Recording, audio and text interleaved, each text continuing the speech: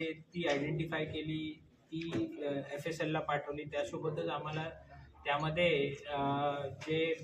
दातावरचे जे कॅप्स असतात, कॅपिंग असतं, ते पण तिथे मिळालं होतं आणि त्यावरनं वर्कआउट करून त्यासोबतच CCTV फुटेज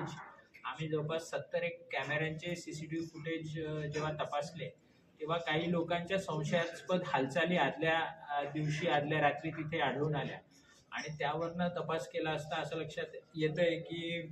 फलटण तालुका जिल्हा सातारा इथलं गोखळी नावाच्या गावाचे 2 रहिवासी होते आणि त्या रहिवाशांनी त्यांचेच एक मानलेले नातेवाईक होते जगताप मामा म्हणून, त्यांचा खून केला आणि तो खून करून त्यांची डेड बॉडी जी आहे ती तिथे त्यांनी डिस्पोज ऑफ केलेली आहे. त्यामध्ये खुनाचं कारण त्यांच्या घरी असलेल्या महिलेवर ह्या मैताची वाईट नजर होती